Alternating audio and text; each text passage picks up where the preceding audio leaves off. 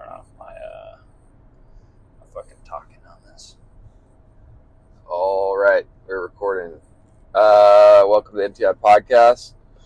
It is 5 a.m. in North Carolina. Kelsey and I are driving back to the airport to return to Montana. We've been at Camp Lejeune for the last 4 days, working with 2nd Battalion, 6th Marines, and their squad leaders, platoon sergeants, platoon commanders on a unit fitness leader course. We've been developing a presentation for a few weeks now to give to these guys, trying to create a system to give them some tools essentially to improve their programming. Generally in the Marine Corps, PT is organized and executed by the squad leaders, and sometimes it's good and sometimes it's bad. So what we wanted to do was get out there and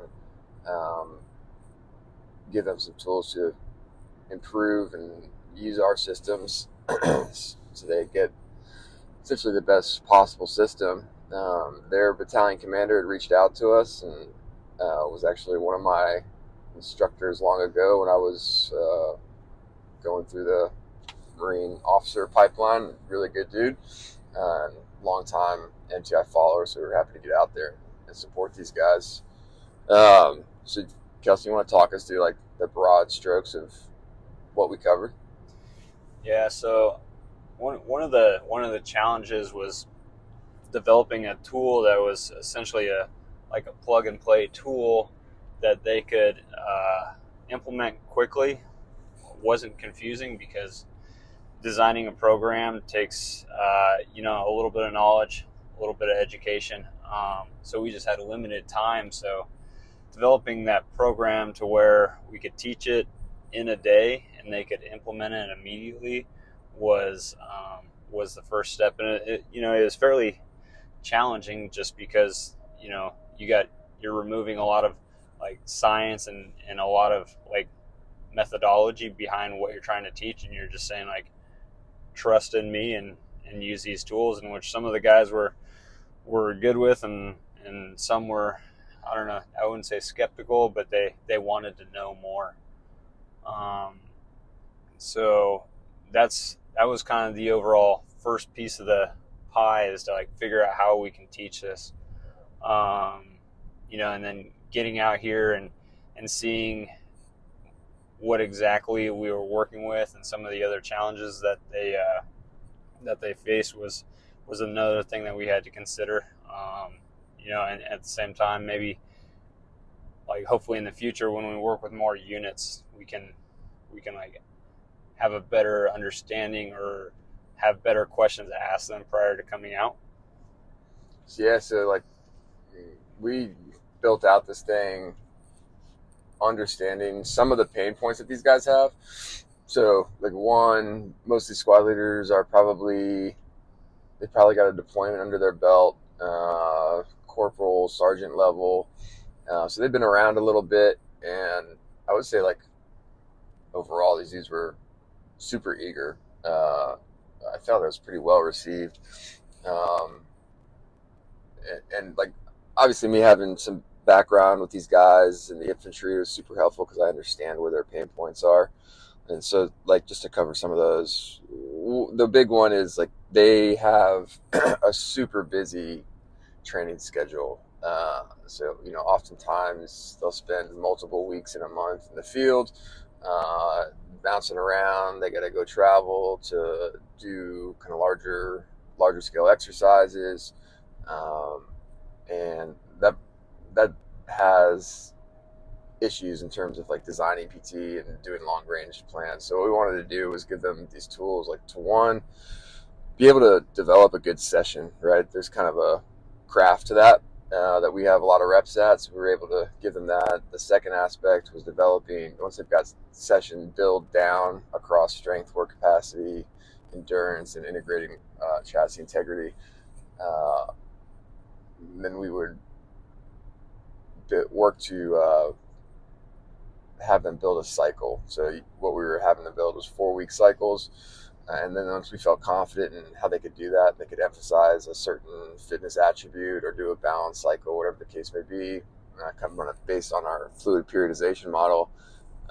We would have them plan out 6 months, which is challenging for them because oftentimes they just don't know what's going on. So that was kind of a coaching point. It's like, hey, you got to get I think the battalion staff knows, the company commander knows, but oftentimes that information isn't necessarily pushed out or whatever the case may be. So there's a gap there in knowing what you're doing a couple months down the road.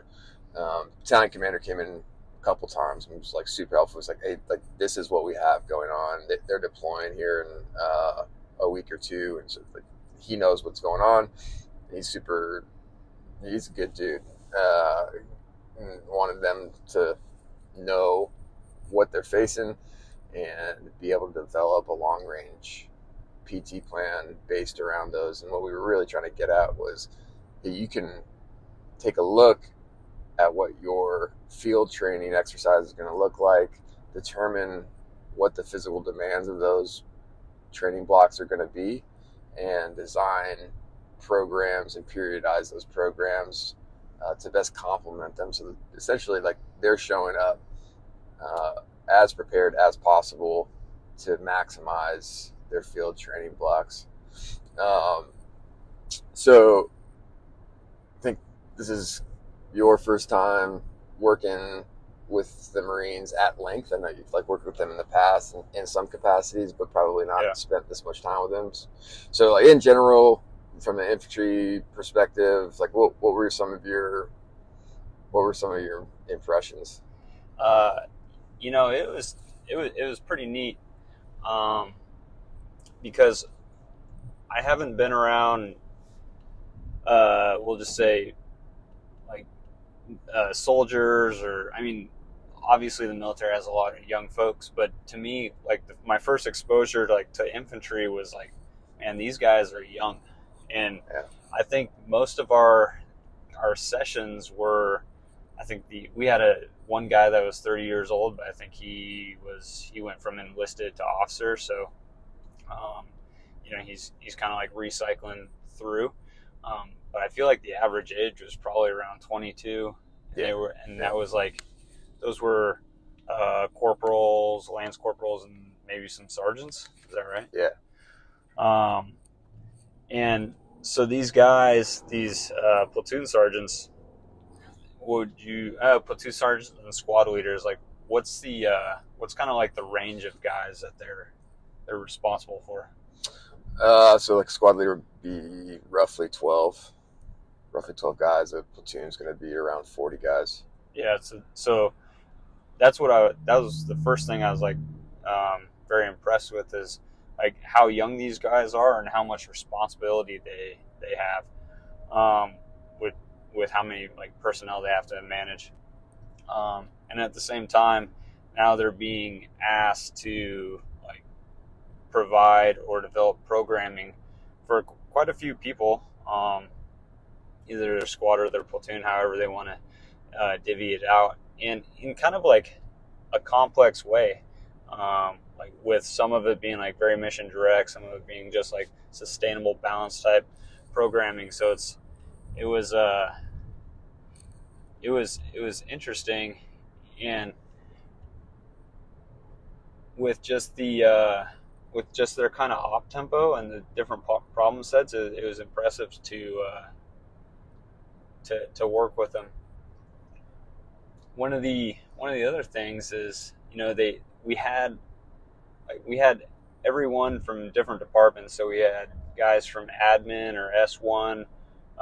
We had some people from S4 supply. Yeah, supplies. We had the majority of folks were infantry Marines, but we had an array of people and what that brings is a lot of different experience. So we'll just say an admin guy doesn't have as much working out experience as an infantry Marine. So broad experience, broad level of knowledge, and at the same time probably a little bit of motivation. But the difference like what's really cool about the Marine Corps is like everyone was motivated to learn, and it was like a no bullshit session, you know. Yeah, that was kind of the thing I was most impressed with overall, was like these dudes. I think the battalion commanders like spread the MTI word a bit in the battalion, so a lot of these guys were familiar with us, but definitely some weren't. And you know, when you become a squad leader, there's no like formal education on how to do PT. It's like, here are your guys. They go to a formal school on like the tactics side of the house, but there isn't necessarily something like, hey, here, this is how you implement PT design. That just falls on them, and they're going to fall back on what they know from, you know, whoever their squad leader was before them. I mean, some of these guys are, I think, just interested in fitness on their own. All these dudes were fit for sure. You got big guys and small guys, but I was pretty impressed with like the general level of fitness. We did a training session with these guys that they designed for every class. And, these guys were crushing it. But you know, they don't have any formal education there, so I was providing these tools. They were asking really good questions. They were engaged. You know, we had this course review sheets that we handed out, and like overwhelmingly positive feedback from us or to us. So you know, that's great. At least we're like getting in there. I was a little concerned on like going there, and I mean, you know how it is. Like somebody shows up, and it's like the messaging, whether you intend to do that or not, is like, what you're doing is fucked up, and you should do what we're doing. And I don't think anybody received it that way. At least, like, not from the feedback that we got. Dudes were attentive. Would you agree? Yeah, and I think a lot of that is on like, not like patting us on the back or what, but it's like how you approach it in like a dictatorship fashion. Like, hey, this is the way you will do this. Like, you got, you know, they're thinking shooters, so you got to give them some like leeway to like utilize what they know from a physical fitness perspective already. You know, and kind of like if it just doesn't make sense, and you know, they were very open to like criticism and like, how can we do this better? But at the same time, like, they already have quite a bit of information from just being in the military and working out for the last 3 to 5 years. So, you know, you just got to be a little bit, you know, you got to like take into consideration what they know and apply it. And it kind of gives you like buy-in with them to, you know, let them know that you're not here to just like force feed them. Yeah. So we went through session design, cycle design, and long range training plans. Since we've had a night to kind of chew on it, like, where do you think we succeeded? Where did we fail? Where can we improve? Well, I think from like a daily programming session design, I think through sheer volume of reps that we put these guys through, that you could definitely give them like a strength-based day, and they could line it out fairly easy. Most of them, I would say, like, as far as like class success rate on doing that, I think, what were we talking about, like 60%? Like these guys understand it. There's no question about it. They can do it. And then maybe some guys were a little bit resistant to like what we were putting out, but it was all fine. But I think overall, like, session design, good to go.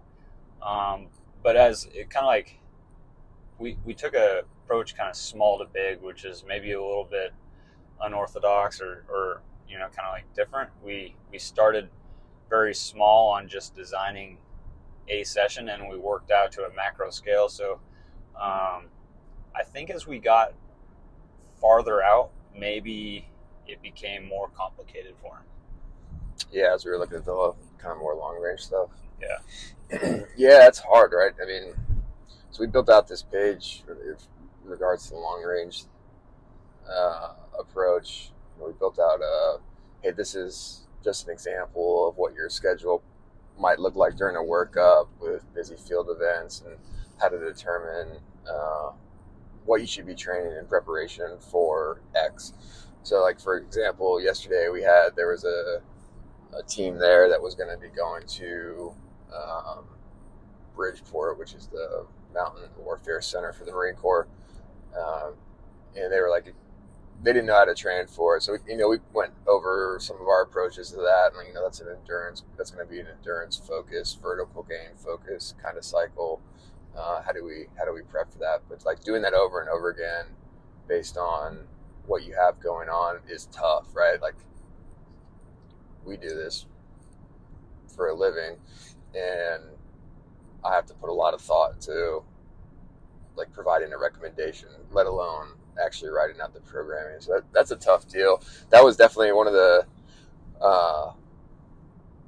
things guys hit on in the reviews was, like, I wish we had more time on the long range training aspect of it to get more reps. I mean, we got plenty of reps on it, but we're limited on time.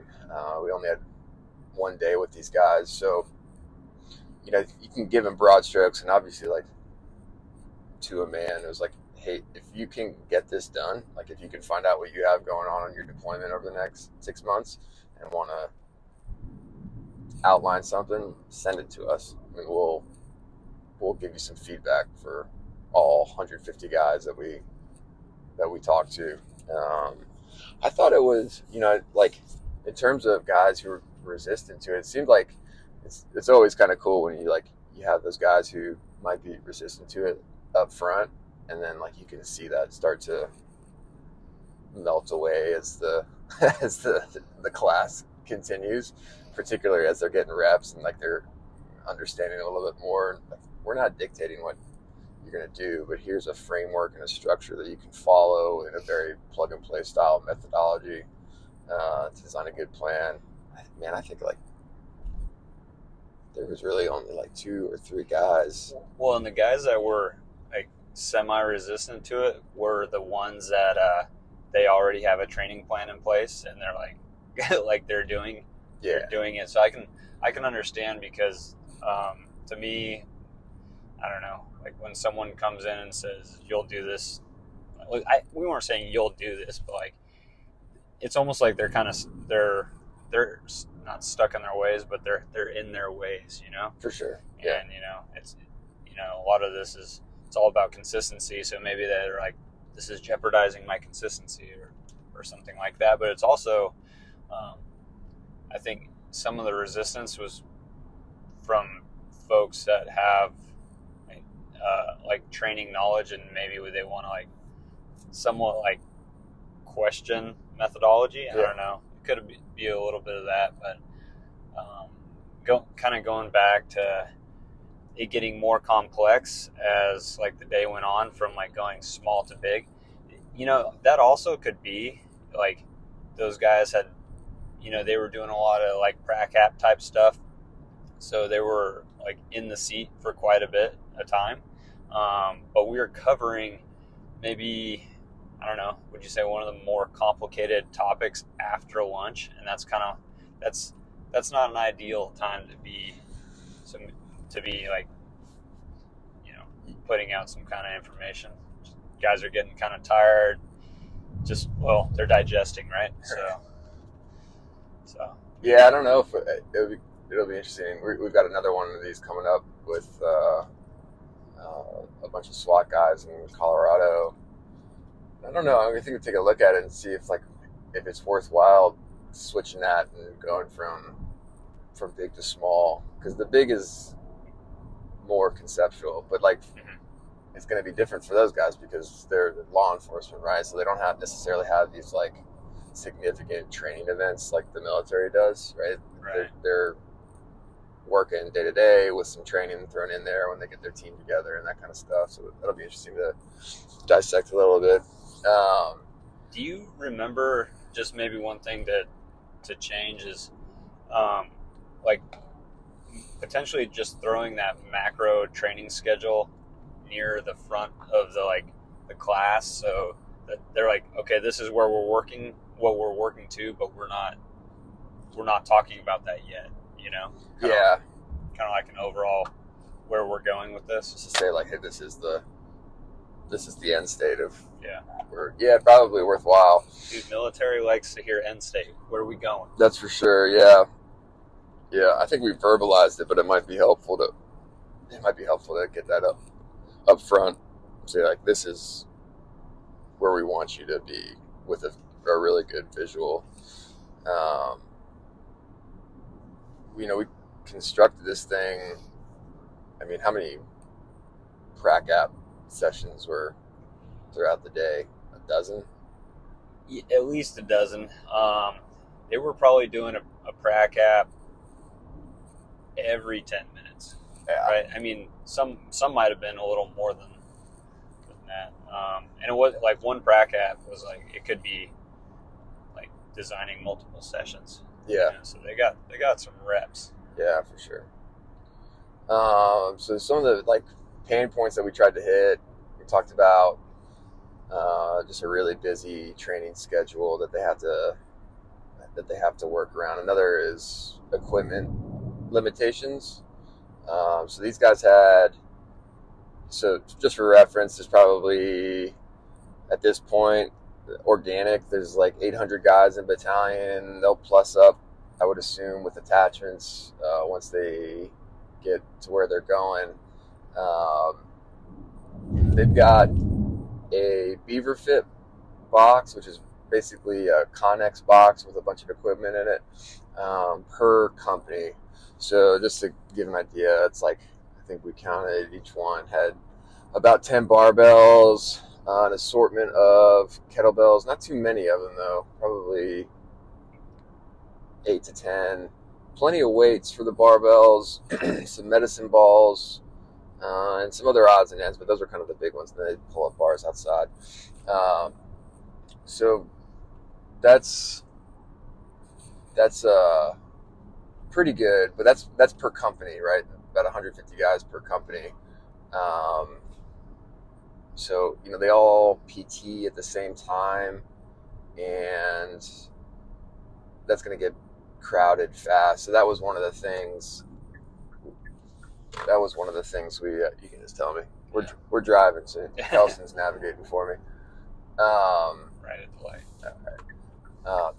That was one of the things we were working through. Is like, all right, you can build out. They did have a nice gym nearby, but again, like, you're not always going to have access to that. So developing out tools where, hey, let's say you have one barbell for your whole squad, and you've got a couple of sandbags or pig eggs, which is basically just a traditional like defensive sandbag wrapped up in duct tape.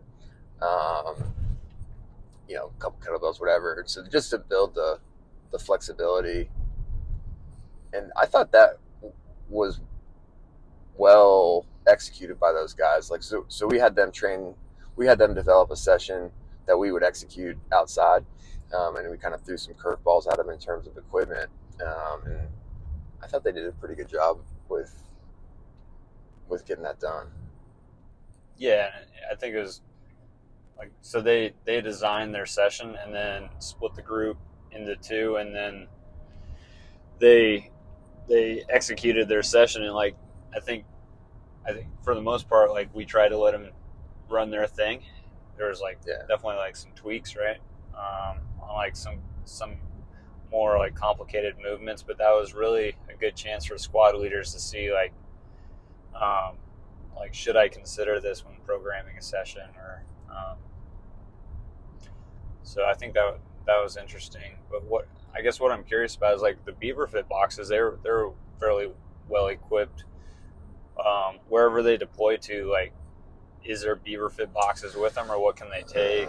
Is it all like limited equipment? What do you think they're going to be dealing with? I think probably a mix. I think I just ran over a possum.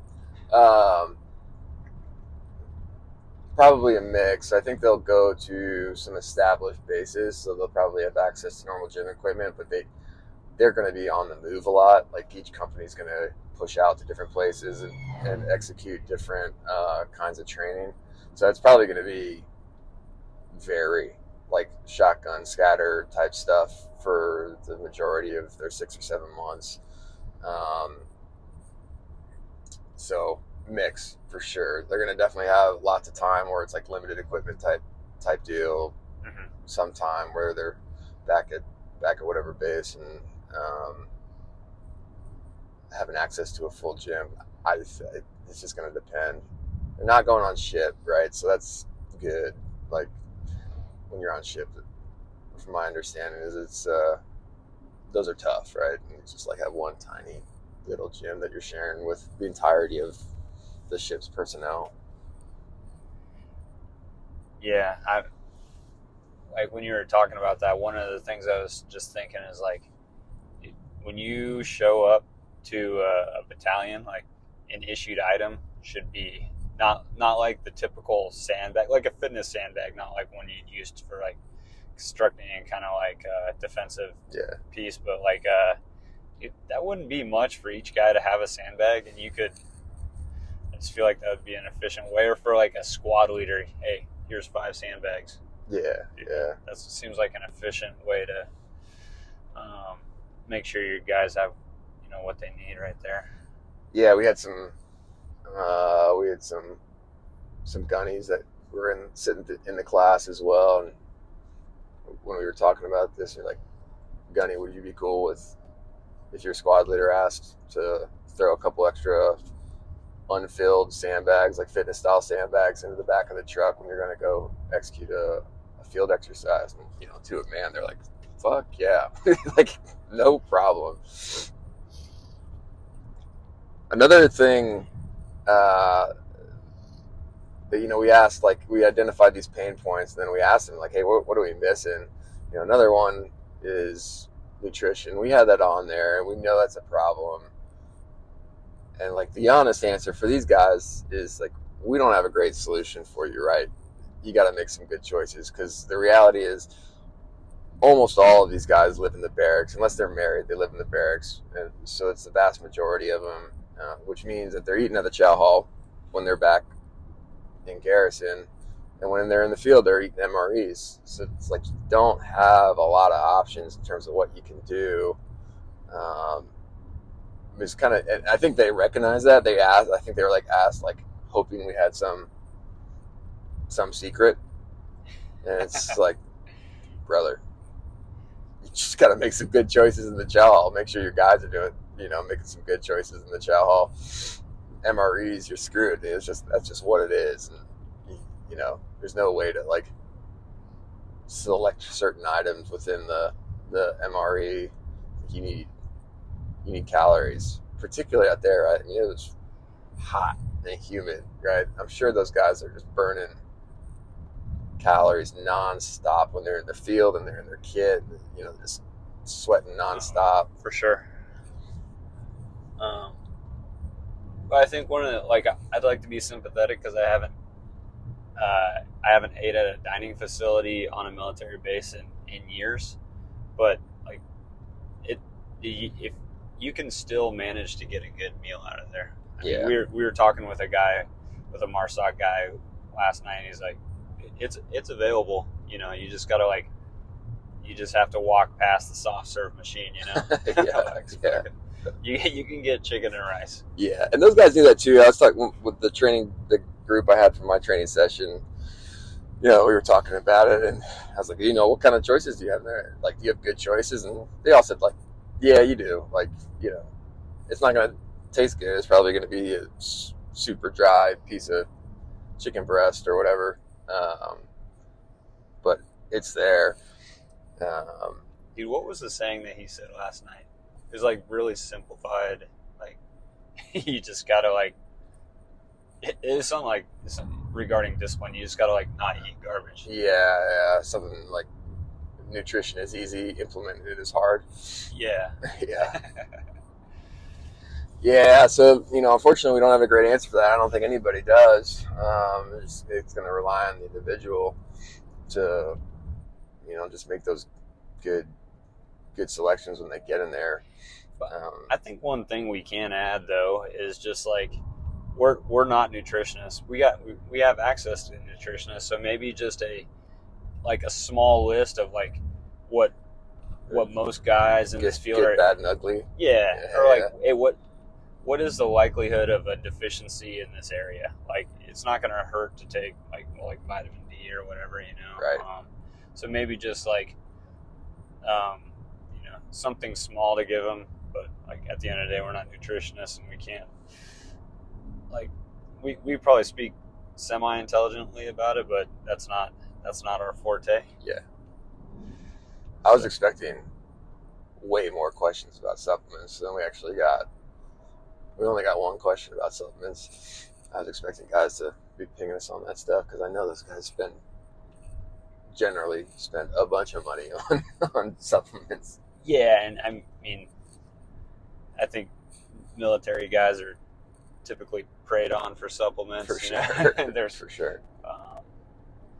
But so like, I guess, circling back around, it was a really good experience for myself. Definitely, I've never really like taught in a venue. I don't know. I guess that size, Yeah, like is huge learning for me. So like, what do you think that we fucking sucked at? I think from a way we constructed the platform, righty, lefty. We had a bunch of information in there, and it was all. I think we did a really good job constructing in that plug and play method. We got a lot of feedback, like a lot of really good positive feedback on that, but we were covering a bunch of stuff. So maybe doing a better job of breaking up the presentations, or maybe like doing the training session a little bit earlier just to break things up a little bit. Because I mean, it was a lot of time in the classroom. It's like a lot of time in the classroom, but not enough time in the classroom. Because we would have loved to have more time with these guys. That I had a bunch of guys tell us like, I wish this was like 2 or 3 days. I was like, yeah, I know, me too. But we got what we got. We had basically one full day to get this done with these guys. So I think probably breaking down the classes a little bit more. Maybe some more visuals, right? Like our slides were dense, right? I mean, those were a lot of information on each slide. Yeah. And so maybe breaking down into some visuals a little bit more would be helpful, just to break up the monotony of these information dense slides. What do you think? Nah, I mean, I agree. I remember, so the first time I was taught programming was by Charlie here, and we were doing it in my garage. We did it over a week. Yeah. So, we went quite a bit more in depth, but still, I'm like looking sideways at a whiteboard. I'm like, what the fuck is going on here? So like, yeah, I guess where I'm going is like, we had to simplify it, and we had a limited time. I think one of the common, I try to look at like, what are the common questions that we had every day. And one was, and this is bad on my part, is like Marines are expected to swim as well. So to not really factor that into like any type of like interval or aerobic training, probably was like an oversight on my part. And because we received that question every day, like, hey, is swimming a good alternative? Absolutely. So I think maybe throwing some alternatives into like cardio endurance type sessions would definitely be worthwhile. Sometimes you just don't have a place to run, or you don't have a treadmill, but maybe you have a rower. Right. So give them some more solutions to hitting that piece. Yeah, that's a good point. Yeah, the swim stuff is like, it's kind of weird for those guys, right? Because they don't necessarily have like a waterborne mission set, but they're gonna be on ship, and swimming can be just like a good break from the monotony of run, ruck, lift, sprint, shuttles type stuff. I think the other thing we were talking about yesterday is like what we didn't include was like you can do some. These are like good. These squad PT is like good team building exercises. So you want to get good sessions in the vast majority of the time, but like you can also get some like fun PT in, right? So you do 60 minutes of ultimate frisbee. That's a damn good aerobic session, right? Like, Yeah, you're working hard for sure, and that's going to be a little bit more fun than just forming up and going on a 45-minute aerobic based run. So maybe installing like, hey, these are the times to implement some of these. You want to do something fun but still challenging with your boys, or even you mentioned this yesterday, like, hey, we're going to do something real hard today as a unit that's like non-traditional, right? Kind of, whether you're picking up a log and running around with it, or you design some, basically like one of our mini events, right? From some of our like event focused programming, like how to do that in an intelligent manner. yeah, essentially and where like to plug it in. like suffering together builds a tight team. Yeah, for sure. And that kind of goes along with like efficient training. Like now you're accomplishing a good session and like you're making a tight crew. So I don't. It's hard to beat that. Yeah, and I just know from my own time, like those can be done well, or they can be done real poorly. Like where you're hurting your guys as opposed to building them with that kind of stuff. Yeah. So there's certainly some design considerations with that. So that's probably something we should plug in next time we get with the military guys. Probably for the SWAT guys too, right? Like they have a similar team cohesion requirement, and I think guys just spitball ideas out on the paper, and then 3 hours later they're still under a log or something like that. It's like, maybe that's not the right way to do it, but another one that was raised a couple times was sleep. It's like that's kind of another one where we're like, man, yeah, I don't have an answer for you on that. It kind of ties into nutrition, Yeah. Or, I mean, it ties into a bunch of shit, but like that was a common. Well, sleep and recovery, or they talked about that a decent amount. Yeah, I mean the sleep aspect is, you're just gonna get, if you're in the field, you're just gonna get garbage sleep because there's lots of. I'm gonna take a left up here, like right here. Got it. Right there. Sport mode.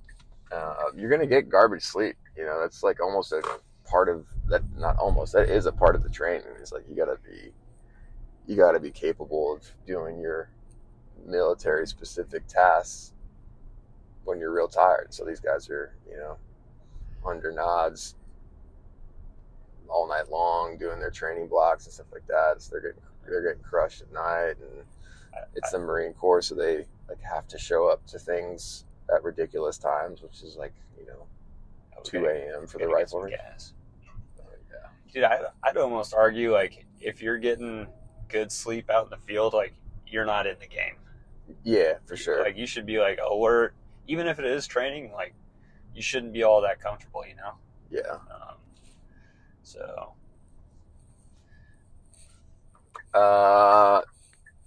Any last thoughts before we wrap this up? We're pulling up to the airport. No, I mean, if any of them guys listen to this, I'd just say thank you. It was a great experience for me. Definitely worthwhile, like interactions with a lot of guys. So yeah, it was cool. It was cool.